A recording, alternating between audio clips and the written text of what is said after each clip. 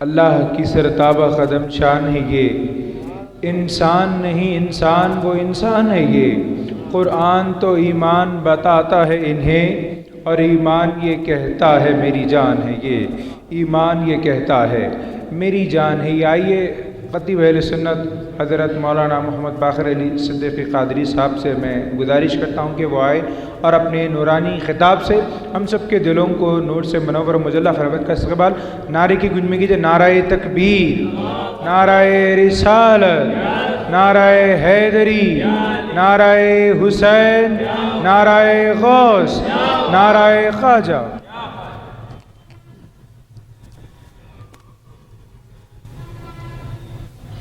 السلام علیکم ورحمۃ اللہ وبرکاتہ۔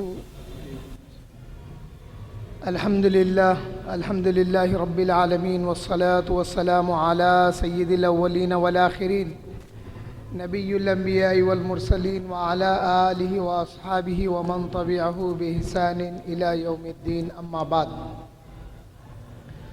فاعوذ باللہ من الشیطان الرجیم، بسم اللہ الرحمن الرحیم۔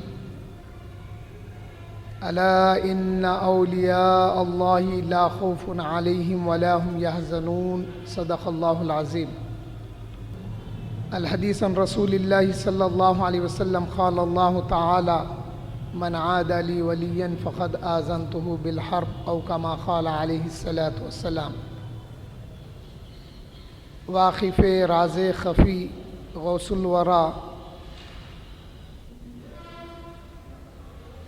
مصدر سر جلی غوث الورا،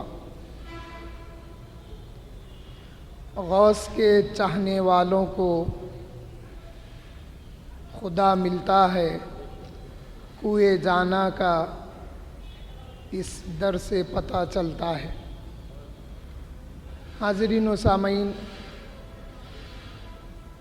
حضور صلی اللہ علیہ وسلم نے اپنے صحابہ سے فرمایا کہ روز قیامت اللہ تعالیٰ اپنے بندوں میں سے کچھ بندوں کو ایک مقام عطا کرے گا، ایک نور کا ٹیلا عطا کرے گا جس پر انبیاء اور شہداء رش کریں گے۔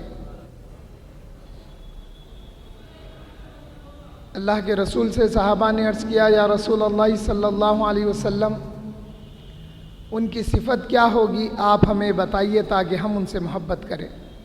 اللہ کے رسول نے فرمایا، ان کی صفت یہ ہوگی کہ وہ جب محبت کریں گے آپس میں تو بلا رشتہ اور بلا مال کے لین دین کے محبت رکھیں گے۔ ان کی محبت اللہ اور اس کے رسول کے لیے ہوگی۔ پھر اللہ کے رسول نے آیت تلاوت فرمائی، الا ان اولیاء اللہ لا خوف علیہم ولا هم یحزنون، جو حدیث شریف حضور صلی اللہ علیہ وسلم سے مروی ہے، جو حدیث قدسی ہے، جس میں اللہ جل شانہ فرماتے ہیں، جو میرے دوست سے دشمنی رکھتا ہے میں اس سے اعلان جنگ کرتا ہوں۔ حاضرین محترم، کیا اولیاء اللہ اسی امت میں ہوئے ہیں؟ کیا اولیاء اللہ اسی امت میں ہیں یا اسی امت میں ہوں گے؟ نہیں، اولیاء اللہ ازل سے ہیں، یعنی حضرت آدم علیہ السلام، نوح علیہ السلام کے وقت سے اولیاء اللہ ہیں، اللہ کے دوست ہیں۔ ایک واقعہ بتاتے ہوئے، کیونکہ تقریباً 10-11 جلسوں سے آپ آفتاب خطابت سے پیران پیر غوث اعظم دستگیر رضی اللہ تعالیٰ عنہ کی حیات طیبہ، آپ کے کرامات، آپ کے فضیلت اور آپ کے اقوال وغیرہ وغیرہ سن رہے ہیں، انشاءاللہ آج بھی سنیں گے۔ تھوڑا سا بھائی پچھلی امتوں میں جو ذکر آیا ہے اس کا ایک واقعہ بتاتے ہوئے اپنی بات کو پوری کر لیتا ہوں۔ حضور صلی اللہ علیہ وسلم نے فرمایا، ممن کان قبلکم، تم میں کے پہلے کے لوگوں میں ایک ایسا شخص ہوا ہے جو 99 قتل کرنے کے بعد میں اس کو احساس ہوا کہ اللہ سے رجوع ہونا چاہیے، اللہ کی بارگاہ میں توبہ اور استغفار کر لینا چاہیے ان گناہوں کا۔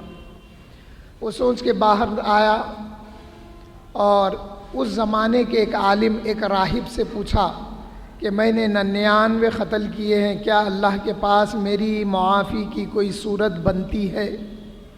اس نے کہا ارے 99 قتل کر کے تو اللہ کی مغفرت، اللہ سے توبہ کا ارادہ رکھتا ہے۔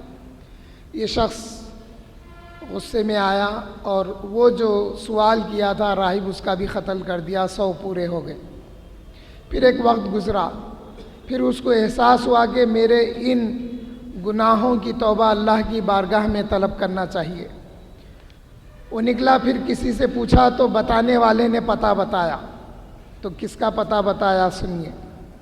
بتانے والے نے کہا کہ دیکھو فلاں مقام کا سفر کر کے جاؤ، اور وہاں پر ایک اونچا مقام ہے، ایک پہاڑی ہے، جہاں پر اللہ کے کچھ بندے یا وہاں پر اللہ کا بندہ اللہ کی عبادت میں مصروف رہتا ہے۔ اگر تم وہاں پر جاؤ گے اور وہاں پر بیٹھ کر اللہ سے مغفرت طلب کرو گے تو امید ہے اللہ تمہیں معاف کرے گا۔ یہ شخص ارادہ کر کے نکلا اور کچھ دور گیا تھا کہ ملک الموت نے آ کر اس کی روح کو قبض کر لیا۔ اب ملائکۃ الرحمہ و ملائکۃ العذاب دونوں آ گئے۔ اب دونوں میں اختلاف ہوتا۔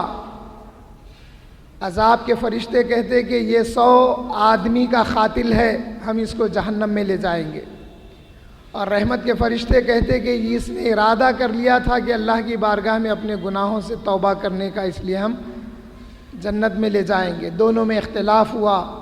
یہ دونوں اللہ کی بارگاہ سے رجوع ہو گئے، اللہ تعالیٰ کے پاس عرض گزار ہوئے، تو اللہ تعالیٰ نے حکم دیا کہ جاؤ زمین پر نیچے جاؤ اور جا کر زمین کی پیمائش کرو کہ یہ اپنے مقام سے اگر قریب ہے، جہاں سے نکلا تھا وہاں سے اگر قریب ہے تو اے عذاب کے فرشتوں تم لے جانا، اور اگر یہ میرے ان بندوں سے قریب ہے جو بندے میری عبادت کرتے ہیں، اگر ان سے قریب ہے تو اے ملائکۃ الرحمہ تم اسے جنت میں لے جانا۔